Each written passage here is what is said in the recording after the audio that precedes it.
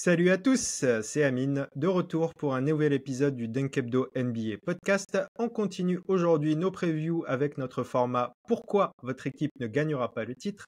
Et si aujourd'hui il est là et c'est pourtant moi qui présente, c'est parce que nous allons parler de l'une de ces équipes totem, les Hawks d'Atlanta. C'est Ben, vous l'avez reconnu. Comment ça va aujourd'hui, boss? Ça va très bien, Amine. On va être honnête, quand on s'est attribué les équipes, à part moi, personne voulait des Hawks, donc je vais parler des Hawks aujourd'hui. Bon, je vais essayer d'en parler un petit peu avec toi aussi. Mais avant de commencer, je vous rappelle que vous pouvez nous suivre et vous abonner sur les plateformes de podcast, sur YouTube et sur Twitter, et ne rien rater à nos previews qui sont quotidiennes en ce moment. Donc voilà. Ben, avant d'approfondir le sujet, est-ce que tu peux déjà, comme c'est de coutume, nous résumer rapidement la saison des Hawks? C'est son saison décevante par rapport aux attentes, j'ai envie de dire, comme d'habitude. Ouais, ça fait jamais 203, comme on dit, troisième saison de suite où les Hawks sont décevants depuis leur qualification en finale de conf. 3 années de suite qui n'arrivent pas à atteindre leur over-under, leur prédiction de Vegas au niveau des victoires. La saison n'est pas terminée, mais vraisemblablement, vu leur calendrier, vu leur dynamique, ils vont pas dépasser ce total. Saison décevante et pourtant saison ultra charnière pour Atlanta parce que c'était la deuxième avec Dejounte Murray, parce que c'était la première vraie saison de Quinn Snyder. Il est arrivé en cours de saison et là il avait eu le training camp avec un groupe globalement stable. Si on prend les 8 joueurs majeurs d'Atlanta, ils étaient tous là en fin de saison dernière. Le seul qui était pas là à l'entame de la saison dernière, c'est Saddiq Bey qui était arrivé en cours de saison. Donc groupe stable, saison charnière et pourtant déception avec les Hawks. Moi, je vais mettre en avant 2 points pour expliquer pourquoi ils sont si décevants. La première, c'est tout simplement encore une fois, il y a une promesse avec Atlanta depuis plusieurs années, c'est ce fameux déséquilibre. Très bonne attaque théorique, défense moyenne, on essaye d'atteindre la moyenne. Cette année encore, la promesse n'est pas tenue. Si on prend les 4-5 qui ont le plus joué à Atlanta, les 4 sont en dessous de la moyenne défensive. Il n'y en a pas un qui arrive au-dessus de cette moyenne défensivement. Et là où ça devient limite tragique pour les Hawks, c'est que le 5 qui a le plus joué cette saison en termes de possession, Trae Young, Dejounte Murray, Saddiq Bey, Jalen Johnson et Clint Capella, parmi tous les 5 qui ont joué 300 possessions minimum, il y en a 47, ils sont 47e en défense. C'est le pire 5 défensif de la NBA qui a joué autant, et ils sont 42e en attaque. Ce 5-là, c'est globalement, parmi les équipes qui ont de l'ambition, c'est le pire 5 aligné cette saison. Donc forcément déjà, tu as une première difficulté. Si on prend toujours leurs meilleurs 5, il n'y en a que un qui est positif offensivement. Donc quand les 5 qui jouent le plus sur le terrain sont ni positifs en défense ni en attaque, c'est compliqué. Deuxième chose, je vais faire très vite, les problèmes au niveau des blessures. C'est-à-dire qu'ils n'ont pas eu de grosses blessures, mis à part celle de Saddiq Bey qui s'est fait les croisés il y a 2-3 semaines. Mais il y a une succession de petites blessures avec des joueurs qui sont absents 1 mois, 3 semaines, et tu dois constamment refaire tes rotations, notamment à l'aile avec Jalen Johnson qui est absent entre la fin novembre et la fin décembre. Ensuite, c'est DeAndre Hunter qui est absent. Ensuite, là, on perd Saddiq Bey. Donc, il y a cette adaptation qu'a dû faire de manière constante Quinn Snyder. Donc, saison décevante parce que promesse pas tenue et difficulté de trouver un rythme aussi. En gros, les Hawks, comme d'habitude, ils étaient autour des 50%. Ouais, comme tu dis, en fait, saison qui met finalement en évidence les limites du roster. Alors j'imagine que pour le cœur de ce sujet, à savoir les 3 raisons pour lesquelles ils ne vont pas gagner le titre, tu as pas mal de cartouches, Ben. Donc quelle est ta première? Alors oui, j'ai essayé du coup d'être un peu plus précis en les choisissant, parce que oui, on aurait pu dire beaucoup de choses. Je renvoie à l'épisode qu'on avait fait avec Adrien, le premier du coup à propos des Bulls, avec ces équipes de play-in, il y a beaucoup de choses à dire. Première chose, je vais parler des cuts.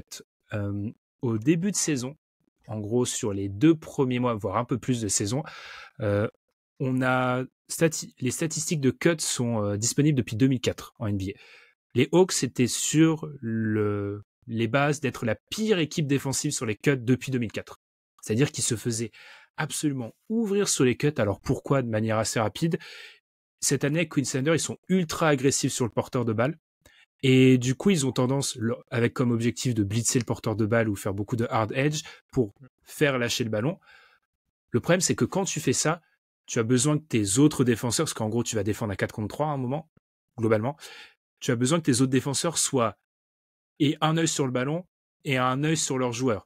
ce qu'ont fait les Hawks, ça a été très bien expliqué. Il y a eu 2-3 articles du côté de la fanbase d'Atlanta. C'est que au début de saison, les défenseurs des Hawks avaient le corps tourné vers le ballon. C'est-à-dire qu'en fait, ça partait dans leur dos constamment. Ils se faisaient atomiser sur les cuts. Il y a notamment un match où c'est Ozar Thompson à Détroit qui met 17 points uniquement sur les cuts. Parce qu'ils se font cutter jusqu'à la mort. Donc, ils se sont améliorés. Il y a eu des adaptations avec Quinn Snyder, mais leur communication loin du ballon est quand même extrêmement pauvre, voire inexistante parfois. Il n'y a pas de deuxième protecteur de cercle, parce que quand tu mets Clint Capella, surtout Clint Capella loin du cercle, c'est extrêmement compliqué. Donc j'ai très très peur de ça, c'est-à-dire que s'il se retrouve avec une espèce d'océan dans le dos, il risque de se faire ouvrir par des équipes. Oui, tu as parlé notamment de Clint Capella. En plus, on a remarqué quand même une certaine baisse de régime de son niveau, notamment défensif, ce pourquoi il est normalement intéressant. Et on parle quand même cette saison du 28e defensive rating au moment où on enregistre de la ligue, et que le Jazz et les Wizards qui font pire. Donc, quand on est à ce niveau-là, ça commence à être compliqué. Effectivement, ils se font ouvrir sur les cuts. On le voit très vite. On va passer à ta deuxième raison, Ben. Ta deuxième raison, pourquoi ils ne gagnent pas le titre? Alors, on va rester en défense, tu l'as dit. Amine, selon les sites qu'on prend, soit ils sont 27, soit ils sont 28. Enfin, ils sont jamais premiers. Ça, c'est clair. La transition. Encore une fois, c'est dans tous les aspects où il y a beaucoup de communication, ils sont en grande difficulté. C'est une équipe globalement qui essaye de jouer de la transition en attaque, mais qui en subit énormément en défense. Et il y a un mauvais cocktail, c'est les équipes adverses sont ultra efficaces sur les transitions contre eux et ils en subissent énormément. Pourquoi? On va en parler, c'est le chapitre d'après, mais vu qu'il y a un poids de l'attaque qui est complètement sur Trae Young, quand ils perdent des balles, c'est des balles à haute valeur. C'est quelque chose qu'on a du mal à quantifier globalement. Les statistiques avancées ont du mal à quantifier les transitions, parce que c'est souvent un débat. Mais eux, quand ils perdent un ballon, c'est Trae Young le premier rideau défensif, parce que souvent il y a des pics qui sont faits très très haut. Donc autant vous dire que c'est extrêmement compliqué pour eux. Et puis on peut aussi revenir sur le fait que à mettre beaucoup de tes défenseurs dans les corners et avoir peu d'activité et parfois peu de mouvement, le repli défensif est plus compliqué. Donc c'est une équipe qui subit énormément en transition et que du coup, si j'allie les deux, tu vois, le premier point et le deuxième point, c'est une équipe qui va donc concéder beaucoup de tirs près du panier à haute valeur avec peu de défense et beaucoup de transition. Donc en fait, globalement, ils laissent trop de paniers faciles à leurs adversaires et du coup, il faudrait qu'ils soient offensivement étincelants pour compenser ça. Ce qui n'est pas le cas. Malheureusement. C'est pas une mauvaise attaque non plus, Atlanta, mais disons que construction du roster, justement, encore une fois, en voulant équilibrer justement à ne pas être une mauvaise défense, se retrouve à être quand même une mauvaise défense et une moins bonne attaque qu'ils auraient pu être, en tout cas qu'ils ont été à un certain moment donné. Donc ton troisième point, Ben, pour savoir pourquoi ces Hawks évidemment ne vont pas gagner le titre. La création de panier facile sans Trae Young, là je pense qu'on peut prendre un peu plus de temps parce que au début je sais défense de transition cut c'était pas très intéressant. Là c'est vrai, tu l'as dit Amine, il y a un truc de roster. Alors Trae Young est toujours le joueur numéro 1 en on-ball percentage, cette stat de Basketball Reference qui est très très simple, c'est le pourcentage du temps que le joueur a le ballon. 47% du temps quand les Hawks sont en attaque, Trae Young a le ballon. Voilà. Alors, bonne nouvelle, vous me direz, il était plus haut certaines années, il était à 51-52, donc il y a une baisse. Mais le fait est qu'il est troisième aussi à la charge offensive, derrière Luka Doncic et Joel Embiid. Bonjour Joel Embiid. C'est toujours le même problème, c'est des joueurs de fin de chaîne en fait. Globalement, si tu prends l'effectif des Hawks, des joueurs qui sont capables de créer vraiment sans Trae Young, il y a Dejounte Murray, il y a un peu Bogda, et il y a Jalen Johnson, Jalen Johnson, c'est un joueur sur lequel je pense beaucoup moins chaud que la moyenne, et un peu DeAndre Hunter, dont je parlerai un peu plus tard. C'est une équipe où il y a peu de drive, ça joue peu d'ISO, ça crée... En fait, on n'a que des joueurs de fin de chaîne, donc c'est ce qu'on voit actuellement. Les Hawks sont une attaque absolument affreuse depuis que Trae Young est parti, et on sait mon passif avec Trae Young, mais c'est que en fait, c'est tellement le moteur que ils sont incapables de créer ce genre d'opportunité qu'ils laissent en défense quand c'est pas Trae Young qui a la baguette et qui va trouver un Jalen Johnson dans le dunker spot, Clint Capella, Onyeka Okongwu et qui va faire une extra passe pour DeAndre Hunter. Donc, je sais pas toi, mais leur style d'attaque m'inquiète aussi pour du play-in ou des playoffs. Oui, d'autant plus que moi j'avais de l'espoir sur l'attaque justement en début de saison. Aussi parce que Quinn Snyder était arrivé, qu'on savait qu'il savait très bien organiser une attaque. On a vu une attaque assez flamboyante du côté du Jazz et on pouvait imaginer qu'il organiserait un peu son attaque aux Hawks de la même manière, puisque un profil avec un porteur de balle héliocentré, essayer de jouer vraiment, d'aérer le jeu au maximum avec un énorme spacing et un protecteur de cercle. Malheureusement, on est loin de ce qu'on a pu voir du côté du Jazz pour Atlanta. Aussi parce que je pense qu'autour de Trae Young, pour être un défenseur un peu de Trae Young, autour de Trae Young, c'est pas le meilleur personnel non plus.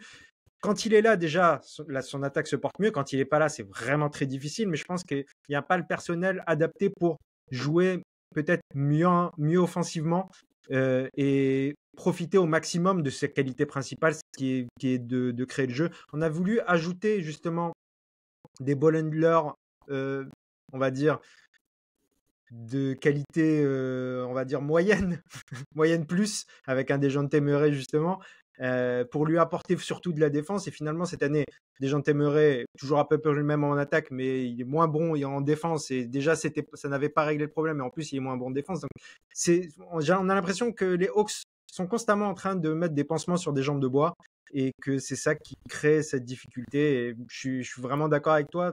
Ça me paraît compliqué cette saison de voir beaucoup mieux.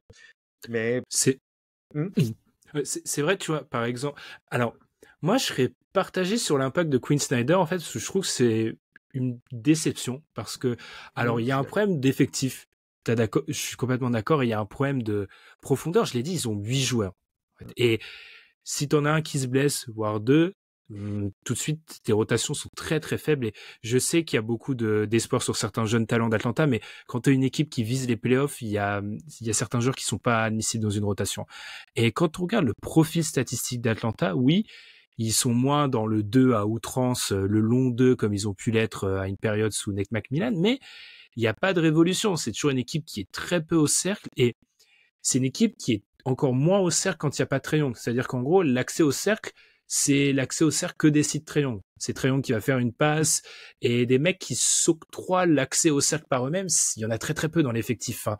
Je veux dire, quand on regarde les pourcentages de passes, de paniers assistés, oui, c'est Trae Young en fait qui va chercher les intérieurs et Jalen Johnson. Et puis, pour continuer sur ce que tu as dit, je pense que c'est pour ça que c'est une saison charnière, c'est qu'on a aussi l'impression que l'apport de Dejounte Murray, on a un peu investi sur un joueur qui n'est pas. C'est-à-dire que c'est pas un lockdown defender, c'est un deuxième porteur de balle très honnête, mais chez qui la complémentarité avec Trae Young, elle a jamais été totale, quoi. Oui, je rajouterais un petit truc. Je sais que tu as prévu d'en parler un petit peu plus tard, mais est-ce que ça n'a pas aussi régressé de mettre justement un vrai deuxième porteur de balle qui a besoin de la balle le plus possible? Et quand le premier c'est Trae Young, c'est que vraiment Dejounte Murray a besoin quand même pas mal de ballons. Est-ce que ça n'a pas freiné la progression possible d'un DeAndre Hunter qui aurait peut-être été plus intéressant à développer dans ce rôle de deuxième ball handler et qu'aujourd'hui il n'est pas assez clairement avec ça. Et du coup, il y a beaucoup de la façon dont a été orienté l'effectif à créer des difficultés qui auraient peut-être pas dû avoir. C'est ça. Bah, ça se voit dans la répartition des minutes, en gros, des Hawks, c'est-à-dire où tu vas faire jouer Trae Young, tu fais sortir Trae Young avant Dejounte Murray joue une partie, enfin, il stagger les minutes, mais souvent tu fais ça parce que tu veux garder un niveau de compétence, mais chez les Hawks, c'est aussi parfois le sentiment que tu maximises pas ton effectif quand tu as les deux sur le terrain. C'est un peu le paradoxe Pelicans dont on a déjà parlé, c'est que alors, toute proportion gardée, hein, mais t'es très bon quand on a un des deux sur le terrain. C'est différent, parce que les Pelicans, ils sont bons, mais ils sont juste un petit peu meilleurs. Alors que les Hawks sont bons solides avec Trae Young et médiocres avec Dejounte Murray, et la somme des deux fait pas une vraie différence. Donc, je suis d'accord, et au niveau du playmaking, je sais pas si DeAndre Hunter aurait eu cette possibilité-là plus tôt dans sa carrière, mais c'est vrai que tu vois que l'absence de Trae Young sur les dernières semaines leur permet de responsabiliser un peu Jalen Johnson, qui est moi j'ai dit que c'est un test de Rorschach, ce joueur à l'heure actuelle. C'est-à-dire que on peut voir tout ce qu'on veut, mais faut faire attention à pas voir tout, justement. Mais lui, il le responsabilise un peu. Et je pense que c'est une première pierre de ce qui va peut-être se passer du côté d'Atlanta, mais ça sera pour les post-mortem. Ouais. On va justement parler du motif d'espoir de ces Hawks. On a parlé de certaines choses, on a parlé notamment de Jalen Johnson. Certains auraient dit Jalen Johnson. Je sens que ça va pas forcément être ta réponse. Ben, quel est ton motif d'espoir pour ces Hawks? Bah en fait, vu que c'est le motif d'espoir pour le run de playoff, je peux pas dire Jalen Johnson. Oui, si c'était le motif d'espoir pour la saison prochaine ou le motif d'espoir suite à cette saison, j'aurais probablement dit Jalen Johnson. Alors en fait, c'est mon motif d'espoir, j'ai écrit les Hawks. C'est-à-dire que cette équipe, si on prend le bilan des Hawks, là où cette équipe est vraiment légendaire, c'est que contre les équipes du top 10 à l'efficacité, les 10 meilleures équipes de la NBA au net rating, ils ont un bilan de 8 victoires pour 12 défaites. Vous allez me dire, ils sont en négatif. Non, c'est très très bien. C'est le 7e bilan et ils ont le 7e net rating. En gros, contre le top 10 NBA, ils sont 7e. Contre les 10 pires équipes NBA, ils sont 25e. C'est vraiment, cette équipe, c'est une expérience. Et c'est la pire défense contre les pires équipes NBA. C'est-à-dire vraiment, il y a une capacité chez cette équipe à s'adapter au niveau qu'on lui propose. C'est dramatique. Vraiment, quand tu vois un match des Hawks, tu es sûr que contre une équipe dite moins forte, ils vont trouver un moyen soit de se mettre en danger, soit de perdre. Et contre les équipes meilleures, ils vont sans doute se sublimer. Donc on en parlera, ça a beaucoup d'influence sur mon pronostic pour les playoffs. Donc c'est ça mon motif d'espoir, c'est que ils l'ont déjà montré en plus dans de précédentes campagnes, ils ont cette capacité à se sublimer. Pour parler de Jalen Johnson rapidement, si Trae Young joue pas, parce que Trae Young est actuellement blessé, ça je l'ai pas dit, si Trae Young joue pas, c'est peut-être le joueur que je veux vraiment voir. Par contre, si Trae Young revient, c'est pas lui parce que on va être honnête, tous les joueurs des Hawks sont moins bons quand il n'y a pas Trae Young. Et Jalen Johnson est vraiment moins bon quand il n'y a pas Trae Young. Oui, en fait, toute la question sur Jalen Johnson, c'est de savoir, on voit que c'est un joueur qui est bon partout. Mais tout est question de savoir si il va être élite quelque part, mais aussi à quel point il est bon partout aussi. Est-ce que c'est un 10 sur 20 ou est-ce que c'est un 12, 13, 14 sur 20? Et en fonction de ça, ça devient plus ou moins très intéressant. Moi, je suis quand même surpris, juste pour dire un mot sur Jalen Johnson, je suis surpris de sa bonne défense. C'est là où on l'attendait pas trop et c'est un joueur qui a beaucoup aidé justement dans une équipe qui défend pas très bien et qui s'est plutôt bien comporté, et notamment par sa protection de cercle pour aider justement avec Clint Capela qui a de plus en plus de mal. Donc je tenais à le souligner. Donc motif d'espoir quand même pour Jalen Johnson, mais effectivement je suis d'accord avec toi, peut-être pas pour cette campagne. Ouais, mais là où je suis d'accord, je respecte pas le timing, c'est terrible. Là où je suis d'accord avec toi, c'est que effectivement, et c'est pour ça que la défense avait beaucoup de mal en début de saison, parce que tu as responsabilisé un joueur qui jouait peu sur la protection de cercle secondaire, ce qui est assez compliqué, et de l'aide. Après, par rapport à Jalen Johnson, comment dire, parce qu'on pourrait faire très très long sur lui. Si je prends l'exemple du playmaking, par exemple, c'est là où tu peux être facilement séduit par les flashs. C'est qu'en fait, oui, il y a des flashs de playmaking, mais regardez les matchs où il n'y a pas Trae Young, et les minutes où il doit jouer sans DeJounte Murray, ce qui n'arrivait pas en gros. Quand il y a les deux dans l'effectif en bonne santé, il joue jamais sans un des deux.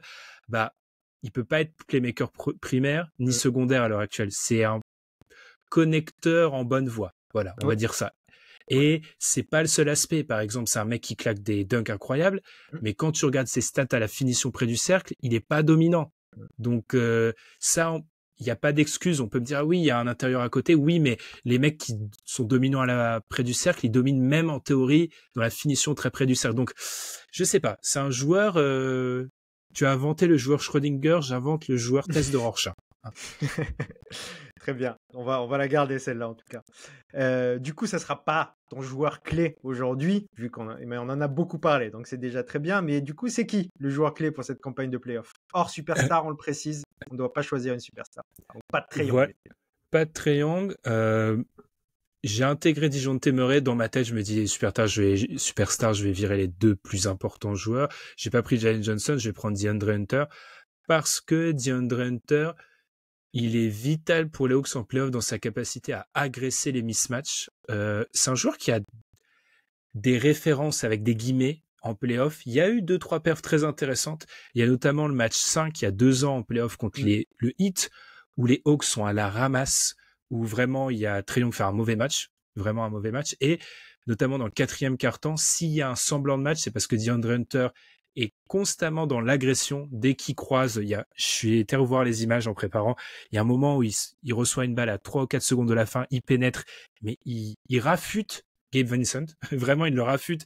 Et c'est très important, ça, pour les Hawks. On l'a dit, c'est une équipe qui est composée de joueurs de fin de chaîne qui sont peu capables de se créer leur shoot pour eux-mêmes. Et DeAndre Hunter, il a cette faculté, quand tu es en playoff, d'être ultra agressif et dès qu'il voit un mismatch, d'attaquer. J'ai revu des images du match 6 de l'année dernière contre Boston. Début de match, il voit Al Horford, il attaque direct parce qu'il sait au large qu'il a des chances. Ça reste DeAndre Hunter, il y a une propension à trop prendre de shoot à mi-distance, de pas assez attaquer le cercle. Il est assez en réussite sur les 20 derniers matchs, donc je suis plutôt positif, mais pour moi, c'est clairement le joueur des Hawks. Si les Hawks veulent espérer, et il y aura un match à 35 points ou 30 points de DeAndre Hunter dans ses playoffs s'ils font une série. Le truc, c'est sa capacité à répéter, à en faire peut-être 1 ou 2 comme ça pour permettre aux Hawks d'aller un peu plus loin en playoff. Ouais, moi j'ai été regarder un petit peu et j'ai une stat positive pour DeAndre Hunter qui est contrebalancée par une autre stat qui est un tout petit peu moins. C'est que c'est le joueur à l'extérieur le plus efficace, en tout cas des Hawks cette saison. Il a un true shooting plus de 106, donc ce qui est plutôt positif, mais avec un usage de 20%, voire moins en fonction des sites sur lesquels on regarde. Donc on est sur un joueur qui est pas assez responsabilisé pour que ce true shooting soit aussi important, et on se doute aussi qu'il baisserait un petit peu s'il était plus responsabilisé. Moi je trouve que aujourd'hui l'autre élément, l'autre chiffre qui est un peu négatif, c'est qu'il a déjà 26 ans, DeAndre Hunter. Il a été drafté assez âgé, et je sais pas si on n'a pas déjà la forme finale un peu de DeAndre Hunter, qui n'est pas le joueur qu'on aurait pu espérer lors des flashs des premières saisons où on a vraiment été parfois surpris, que ce soit offensivement et défensivement. Et on a un peu de stagnation, et même défensivement, on a un joueur qui montre moins qu'il n'a montré au début finalement. Et ça, c'est quand même un peu décevant. Mais je suis d'accord. Et sachant qu'en playoff, comme tu le dis, il a toujours sorti au moins une grosse perf quand il a pu être là, quand il a pu jouer. C'est un joueur qui va être capital dans cette série pour les Hawks. Clairement. Enfin, si tu as un joueur clé, on précise, c'est vraiment le joueur clé pour la campagne, c'est lui. C'est vrai que il y a saison régulière DeAndre Hunter et playoff DeAndre Hunter, et il y a même playoff moment clé DeAndre Hunter. Parce que quand ça chauffe du côté d'Atlanta, c'est le joueur qui prend très souvent les responsabilités quand c'est pas Trae Young et qui a pas peur du moment. Et comme c'est une équipe où il y a justement beaucoup de joueurs assistés, c'est un truc que j'aime bien. Après, effectivement, ça reste un joueur qui a, globalement, si on fait le chemin de sa carrière, il est décevant, je suis d'accord.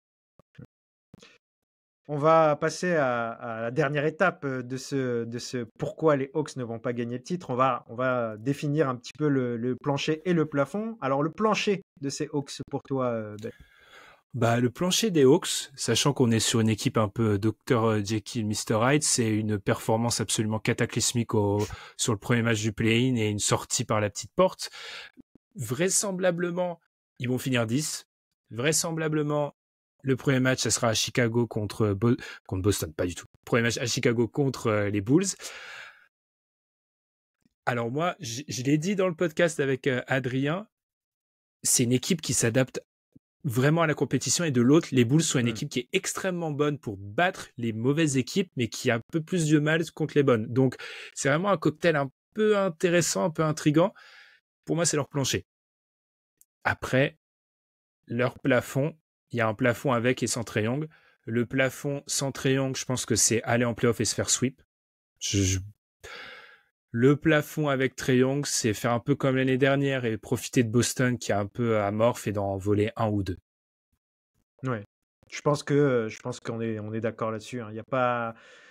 Je vois pas comment ça peut être autrement, en fait. Une sortie catastrophique ou vraiment le max du max, aller prendre un match ou 2 à Boston, ça me semble déjà assez exceptionnel pour que ça puisse arriver. Le truc, je vais me permettre de terminer là-dessus, je l'avais dit dans le podcast sur les Bulls, je veux vraiment le Hawks Celtics parce que rappelez-vous de ce dont on a parlé aujourd'hui, les cuts, attaque de transition, etc. Surtout les cuts. La défense des Hawks, c'est une défense qui est ultra vulnérable sur les équipes qui appliquent beaucoup de rim pressure et de cut. C'est exactement ce que ne fait pas Boston. Donc, j'adorerais qu'il y ait cet affrontement parce que j'aimerais vraiment voir Boston sortir un peu de ses habitudes et se dire, OK, si cette équipe-là, on l'attaque sur les cuts et qu'on met beaucoup de pression sur le panier, il y a 4-0. Donc, j'aimerais bien voir cet affrontement-là, pas tellement de l'autre côté, parce que de l'autre côté, c'est terrible pour Atlanta. Je parlais de DeAndre Hunter qui aime beaucoup profiter des mismatchs. Bah, il y en a pas beaucoup, en fait, du côté de Boston. Trae Young, ils peuvent constamment lui mettre un défenseur long, ce qui peut lui poser problème. Pareil pour DeJounte Murray. Mais c'est ma petite curiosité de me dire, qu'est-ce que va faire Boston s'il joue la défense un peu fantomatique des Hawks? Oui, bah c'est vrai qu'on a envie de le voir et en même temps, on a peut-être pas envie de le voir non plus, je sais pas. Mais en tout cas, si, parce que on a toujours envie de voir un petit peu cette équipe de Boston, justement pour voir comment elle va avancer dans ses playoffs, puisque ça semble être un des grandissimes favoris. Donc effectivement, ça pourrait être intéressant de voir face aux Hawks, même si j'aimerais les voir peut-être face à d'autres équipes quand même. Du coup, on arrive au bout. Est-ce que tu as un dernier mot à dire sur ces Hawks? J'aime vraiment cette équipe profondément. J'ai une espèce d'amour-haine avec cette équipe, c'est fascinant. C'est extraordinaire. Lié quand même depuis un petit moment à Trae Young, hein. C'est la tête de proue. Plus ça avance, plus j'arrive au stade, et c'est peut-être c'est une mauvaise nouvelle pour les Hawks et les fans des Hawks. Je commence à me dire vraiment, il y a une propagande à l'intérieur de Dunkebdo pour le Trae Victor, mais là je le veux vraiment, clairement. C'est vrai que ça pourrait être pas mal. Ouais. Du coup, nous, on va se quitter maintenant. J'espère que vous avez aimé cet épisode où on a parlé d'Atlanta Hawks et pourquoi ils vont pas gagner de titre. Certains diront, on aurait pu s'en douter avant que vous le disiez, mais bon, on a quand même détaillé. Et on se retrouve bientôt pour la suite des aventures, tous les jours pour des pourquoi cette équipe ne va pas gagner le titre, pourquoi votre équipe ne va pas gagner le titre.